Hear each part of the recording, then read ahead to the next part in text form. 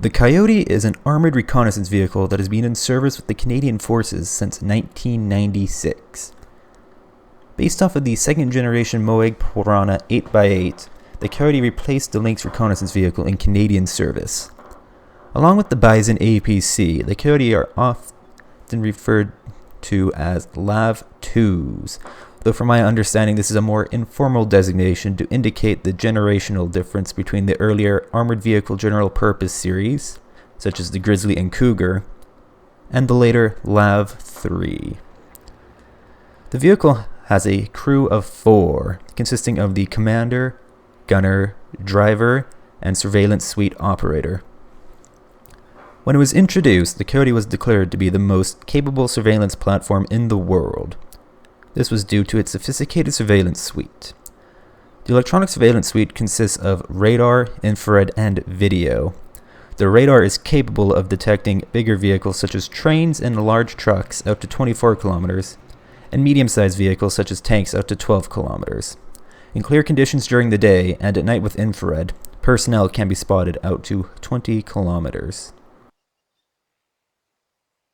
Weighing in at roughly 14 tons, the 8-wheeled Coyote can achieve speeds of up to 100 kilometers an hour thanks to its 275 horsepower diesel engine.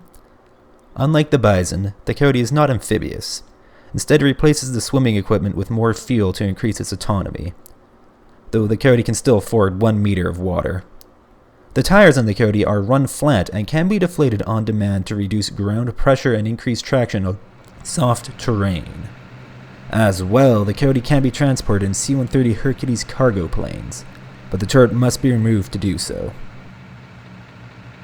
The Coyote has all-around protection from armor-piercing 7.62 by 51mm tungsten core ammunition, and like the AVGPs and the LAV-3, it can be fitted with Mexus ceramic panels to increase the protection. When exactly the Canadian Forces started using the Mexus kit and how much protection they provided is unknown to me. However, considering that the AVGPs such as the Grizzly and Cougar were up-armored, it would probably have been around the mid to late 90s. Other features include a laser warning receiver and direction indicator. The Coyote is armed with a 25mm Bushmaster chain gun, along with two 7.62mm C6 machine guns, one coaxial and one pintle mounted. The main gun and coaxial gun have 2-axis stabilization, allowing it to fire on the move with relative accuracy. While the Coyote has a laser rangefinder as well as thermal sight, it has no ballistic computer. This means that the gunner has to manually adjust for target range and velocity. Outwardly, the Coyote is almost identical to the United States Marine Corps LAV-25 and Australian ASLAV-25, and even uses the same turret. However, the LAV-25 is a first-generation Piranha, while the Coyote is based off of the second generation. Apparently, this means that it has better protection across the frontal arc, but I have not come across solid numbers to back this claim up. Now, the biggest difference between the Coyote and the LAV-25 is the role in which they are used. The LAV-25 is typically used in several roles, usually reconnaissance, transport, and fire support. It has a passenger capacity of about 6. The Coyote, on the other hand, is for the most part a dedicated recon and surveillance vehicle. There are 3 variants of the Coyote. The first variant is the Coyote Command Vehicle. It possesses specialized command equipment, though that is about all I could find out about it. The other 2 variants are intended for recon and surveillance, referred to as the masked and remote versions. Both use the same surveillance suite, with the difference being in how the suite is employed. The masked version, as the name would indicate, deploys the surveillance suite on a 10-meter tall telescoping mast mounted in the rear of the vehicle.